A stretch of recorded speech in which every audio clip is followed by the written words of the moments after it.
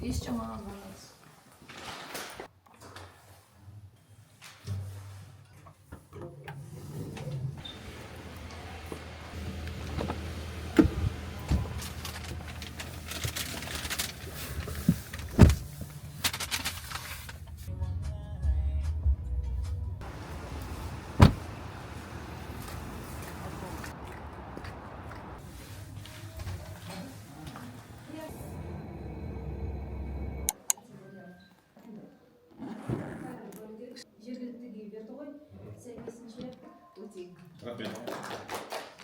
Иә, онда достар 15 минут.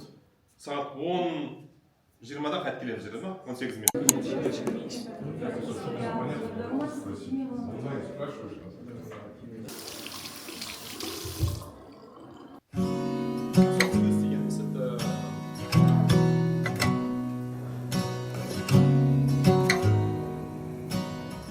Мен бұл универде не істеп жүрмін деген сұрақ. Мен қайтадан студент атандым, яғни нархоз MBA бизнес школаға, магистратураға оқуға түстім. Қызық болып жатыр өзіме, бұрынғы студент кезім кішкене есіме түсіп жатыр. Бірақ айырмашылығы қасыңда кәсіпкерлер отырады, немесе бір компанияның басшылары, директорлар деген сияқты.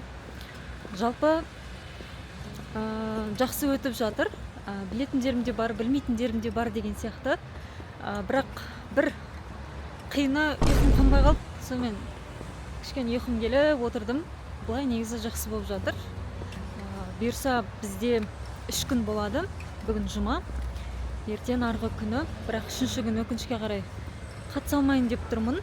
Қазір енді бізде түскі ас, үзіліс. Мен қазір өзім машинама келіп үйімнің тамағын машинада жеп алайын деп тұрмын. Нархозға не үшін түстім, мақсатым қандай, онымен қазір бөлісетін боламын. Сосын мен бүгін ұйқым қанбады ғой. Қазір примерно машинада тамақ жеп алып, осы жерде ұйықтап алайын деп тұрмын. Уже мен ұйқым қанбаса, жүре алмаймын нормально. И андай тамағым қарным ашып кеткен кезде. Осы екі нәрсеге шыдай алмаймын. Қарным ашқан кезде ұйқым қанбайды. Былай жейміз тамақты.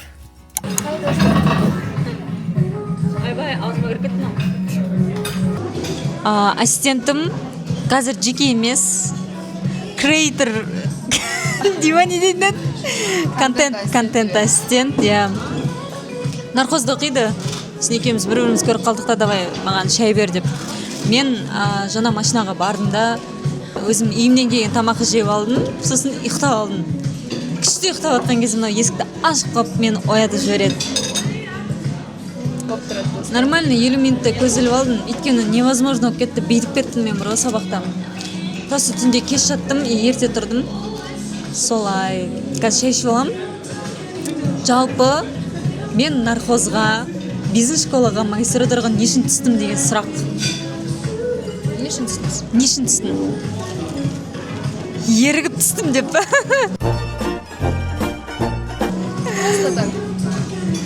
Жоқ, негізі оқым келді. Негізі жылдың басында түскім келген. Жылдың басында неше түрлі ситуациялар болып, жұмыс көбейіп кетті да, сосын мүлдем назар аударған жоқпын, фокусым жетпей қалды. Сөйтіп жүрген кезде есіме түседі, MBA бар еді ғой деген сияқты. Сосын барып, осы нархозға тапсырған болатын. Өйткені Қазақстанда қазақша MBA осы нархозда деп естідім. Қалған университеттерде орысша сияқты. Сөйтіп қазақша оқиын деп MBA-ға тапсырып көрдім. Негізгі мақсатым, әрине, білгенім 9, білмегенім 99 дейді ғой. Менің әлі де білмейтін тұстарым бар. Менеджмент бойынша сол білімімді ары қарай толықтыру үшін, біріншіден, екіншіден нетворкинг, өйткені мен бір группада кәсіпкерлермен, директорлармен оқып жатырмын, танысып жатырмын деген сияқты. Енді бәрімен толық әлі танысқан жоқпын. Сөйтіп, үшінші нәрсе ол әрине, мен болашақта Гарвардқа түскім келеді, Гарвард бизнес школаға. Соған дайындық ретінде кішкене база болсын деп, осылай бір жыл нархозда магистратурада оқитын боламын.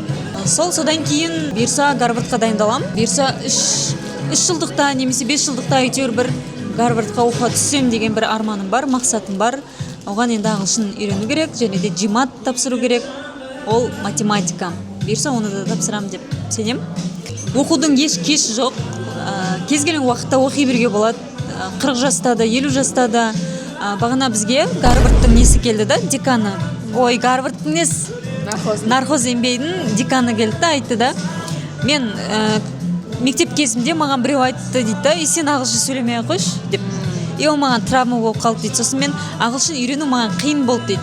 Сөйтіп жүрген кезде қазір жас 45-те ма сондай да, или білмеймін, әйтеуір 45 жаста ма 40 жасында ма мен ағылшын үйрендім дейді. Қазір ағылшын сөйлеймін дейді. ағылшын семинарда ма бірдеңеде сөйледім дейді. Бәрібір де қолымнан келіп жатса да мен миымда тұрады дейді да, ағылшын сөйлемеші сен деп айтты ғой деген сияқты. Я травма. Бірақ соған қарамастан ол кісі үйренген екен да, и прям бау деп бәріміз шапалақтадық. Сол сияқты менде де кішкене барьер бар. Но соны жеңіп бұйырса ағылшынша мүмкін влог түсіретін күнге де жететін шығармын деп үміттенемін. Сол сияқты мен де 28 жасында магистратураға түсіп отырмын. Бұрында мен ЕНУ-ды бітіргеннен все болды, оқымаймын деген. Магистратураға түсетін болсам шетелге түсемін деп.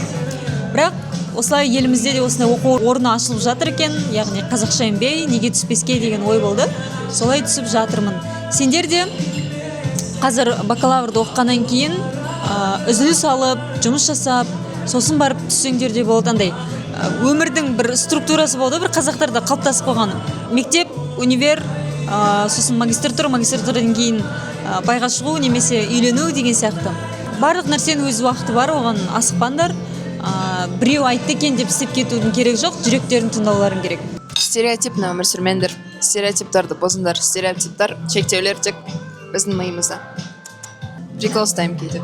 Студент болып жатыр. Нархозда еще. ЕНУ-дан нархозға түсіп жатыр. Сен нархоз жақсы ғой? Нормально? Нархоз MBA әдемі істеледі ғой. Корпустың ішін көрсетем, өте әдемі. Жаңадан салынған.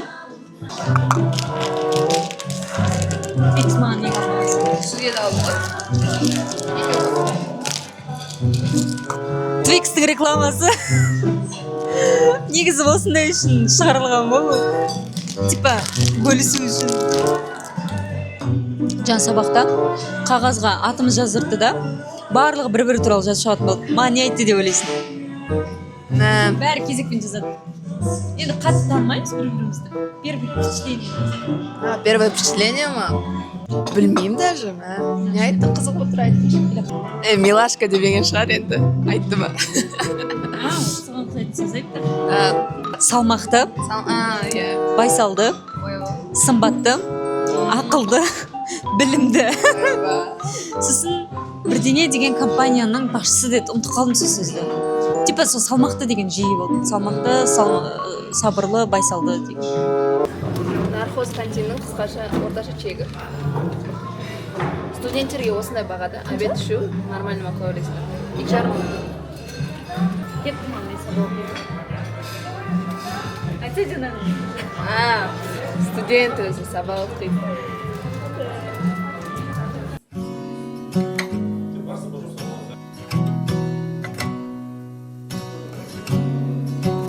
Қазір бізде үзіліс.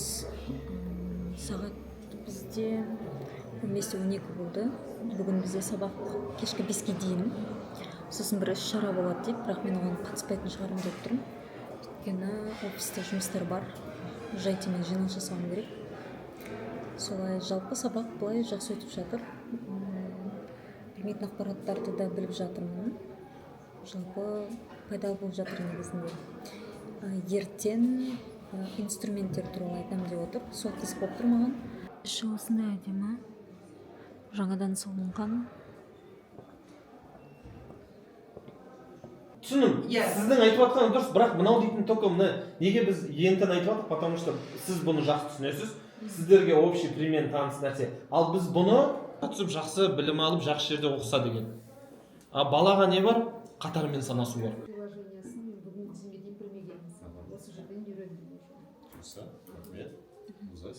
Маған да өте пайдалы болды. Сізге көп рахмет. Біз 140-тың аясында олимпиада ұйымдастырғымыз келіп жатқан осы жақында. Соған бір жоба менеджер керек деп ойлап жүргенбіз. Бүгін нақты сайлау керек деген шешім қабылдадық. Және де сол жобаны қалай ұйымдастыратынымыз, қандай инструменттер қолданатынымыз белгілі болды. Не үшін мен автосалон ашқым келеді? Сонымен бүгінгі біздің бірінші сабақ күніміз аяқталды. негізі жақсы өтті. Жалпы бізге сабақ берген кісі біраз тәжірибесі бар, біраз білімі бар адам екені көрініп тұр. Жаңа адамдармен таныстым.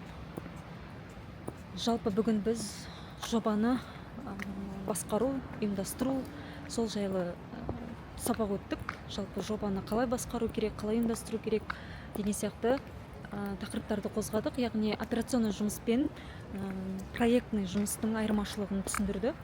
Жалпы негізі білетін ақпараттар арасында білетін инструменттер де болды, білмейтін инструменттер де болды. Енді соның барлығын қолданамын деп отырмын.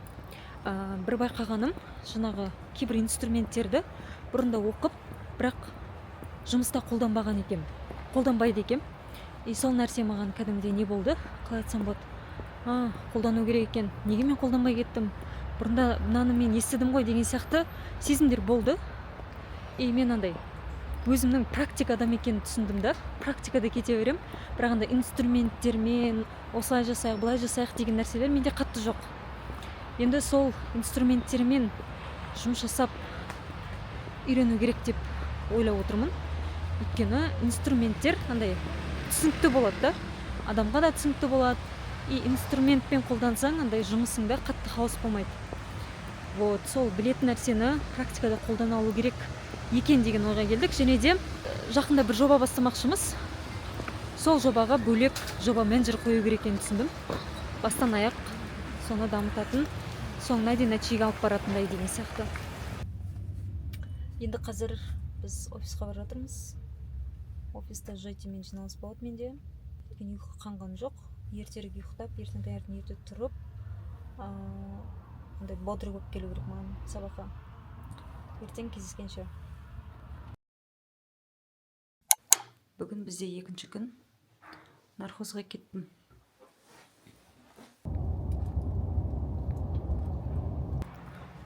Бүгін ауа райы өте күшті болып тұр, прям көктем сияқты болып тұр.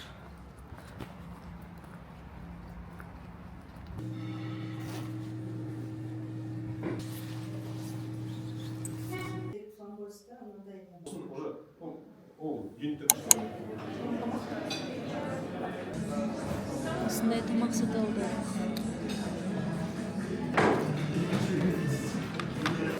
Ағаш сатамыз. Ағаш? Қандай ағаш? Ағаш сатасыздар, ағаштан олар материал жасайды. Сол үшін алады ғой, сіздерден? Үй салады, әртүрлі материалды жасайды. Неше жылдан бері істеп жатыр? 2018-де аштық, 7 жыл. Осы 10 қазанда 7 жыл. 20 баладан бастағанбыз ғой.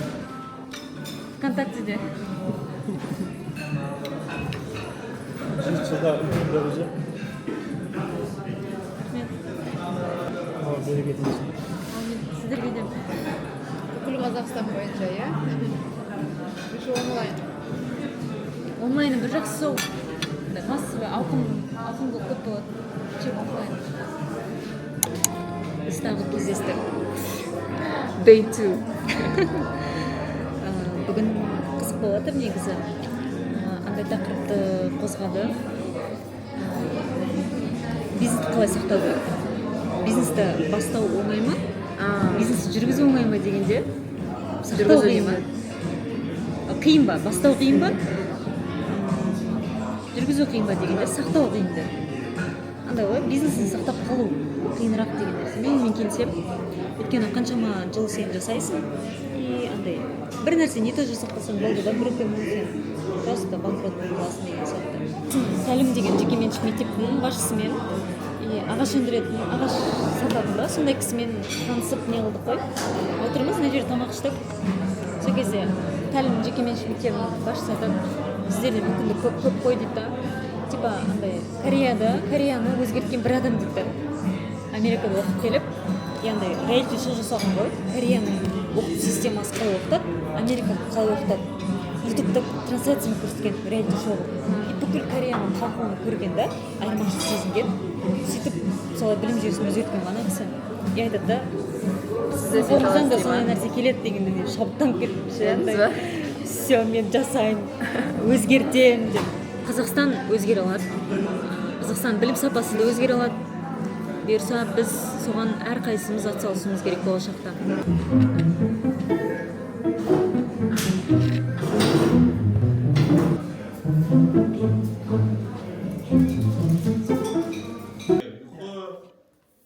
Тамақ, анау мынау дұрыс дейді. Ана отыратын оператор там зарплата. Қазір көбінесе айтишниктер командасын.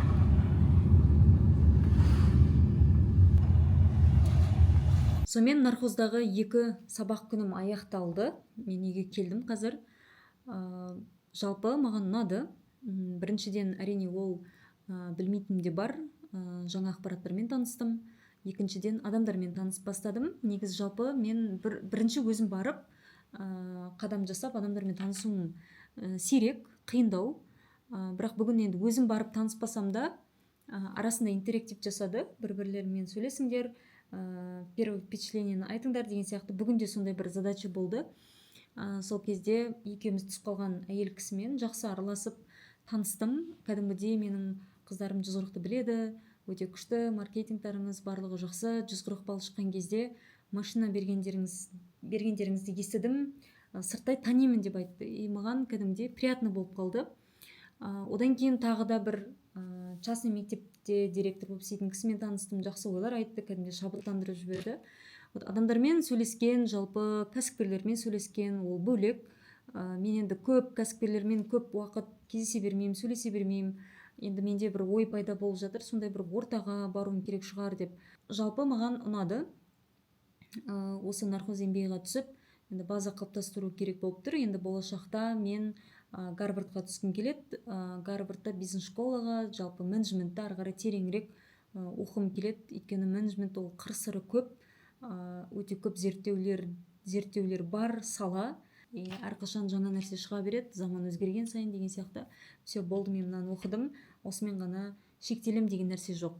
Сондықтан мен енді қазақ филологиясын бітірдім Еуразия ұлттық университетінде. Ол маған белгілі бір деңгейде өте көп көмегін тигізіп жатыр.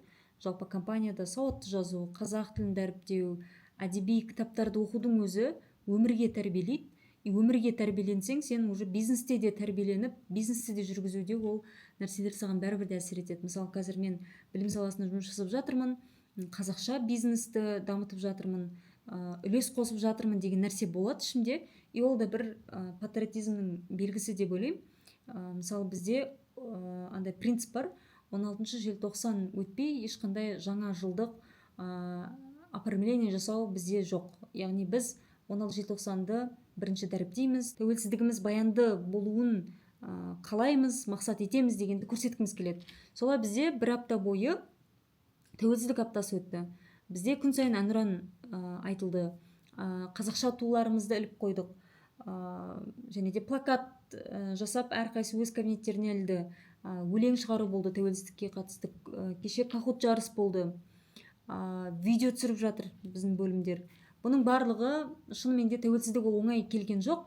Біз қазір білім саласында жастарға көмектесу арқылы, білім сапасын көтеруіне үлес қосып жатырмыз. Сол арқылы біз өзіміздің тұғырлы ел екенімізді, осы тәуелсіздігіміз сақтап қалатындай ел болатынымызға сенеміз деген нәрсені білдіреді. Соған бір кішкентай болсын үлес қосып жатырмыз, қосқымыз келеді дегенді көрсеткіміз келді. Қазір 3000-ға жуық қызметкер жұмыс жасайды.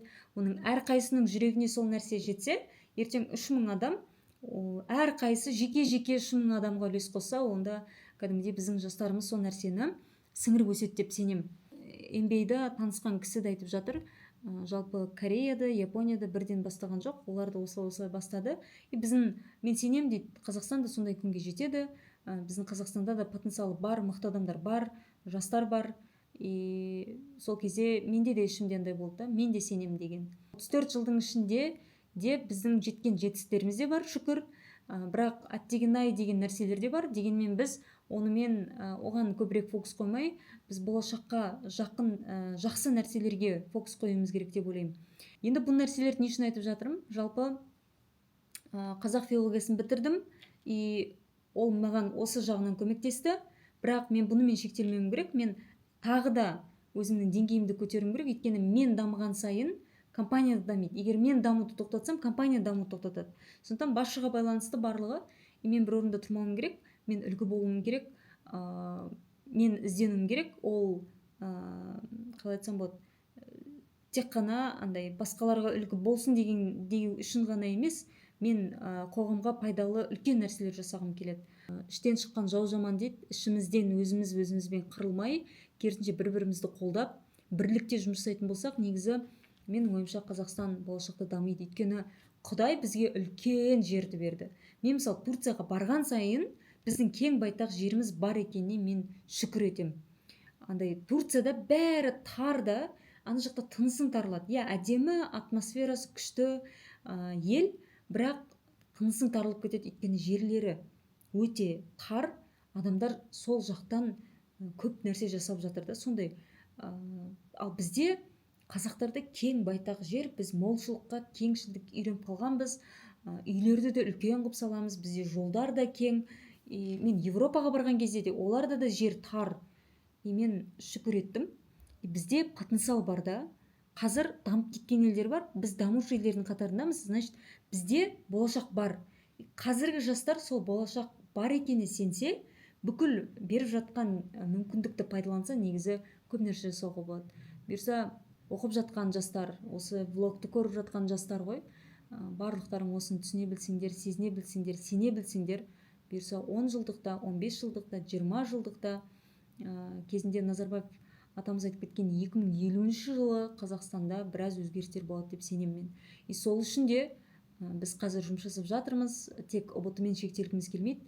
Жалпы біраз жобалар жасағым келеді, үлкен жобалар жасағым келеді. Сол үшін маған білім керек, мен тоқтамауым керек, әрқашан ізденісте болуым керек деп, база үшін, фундамент үшін осы нархозға түскен жайым бар. Маған жалпы ұнап жатыр. Жалпы жетістікке жеткілер келсе, әрқашан даму керек, білім алу керек. Ол білім алу деген тек бір курсқа қатысу емес, ол кітап оқу, әлемдік жаңалықтарды оқу отыру, әлемде не болып жатыр, сонымен танысып отыру деген сияқты, фильм көру, қарапайым, оны тек қана көру емес, оны талдау. Неге фильмде осындай нәрсе болды, қандай инсайт алдым деп андай талдап, талқылап жүру керек. Екінші, нетворкинг, адамдармен танысу керек. Нетворкинг құру үшін де адам коммуникацияны үйрену керек. Негізі коммуникация құра алған адам, қарым-қатынас жасай алған адам көп нәрсеге жетеді. Сондықтан сендерге де кеңесім осы, білім алыңдар, ізденіңдер, бір орында тоқтамаңдар, нетворкинг, яғни коммуникацияны дамытыңдар, көп адамдармен танысыңдар. Мен интровертпін, мен ондайға жоқпын деп артқа тарта бермеңдер. Мен де сондай адам болдым, бірақ жетістікке жету үшін, адам қоғамға пайдалы нәрсе жасау үшін бәрібір де адамдармен байланысу керек. Әлемге, қоғамға бірінші пайдалы болу керек, бір беруші позициясында болуымыз керек. Мен қоғамға не бере аламын деп ойлану керек. Мен не аламын емес, бере аламын деп ойлап барын салып беретін болсам, Құдай өзі-ақ береді. Осы позицияда болсаңдар, негізі жолдарың да ашық болады, айналаңда жақсы адамдар да қоршайды, сондықтан да орта да маңызды. Негізі бұл нархоз жайлы влогым қаншалықты пайдалы, қызықты болды білмеймін. Дегенмен осы айтқан ойларымды сендерге жеткізгім келді. Қазіргі заманда оқу, білім алу модада. Сол модадан қалмаңдар, әрқашан алға дами беріңдер, кешегі өздеріңмен жарысыңдар, ешкіммен өздеріңді салыстырмаңдар, барлығы қолдарынан келеді.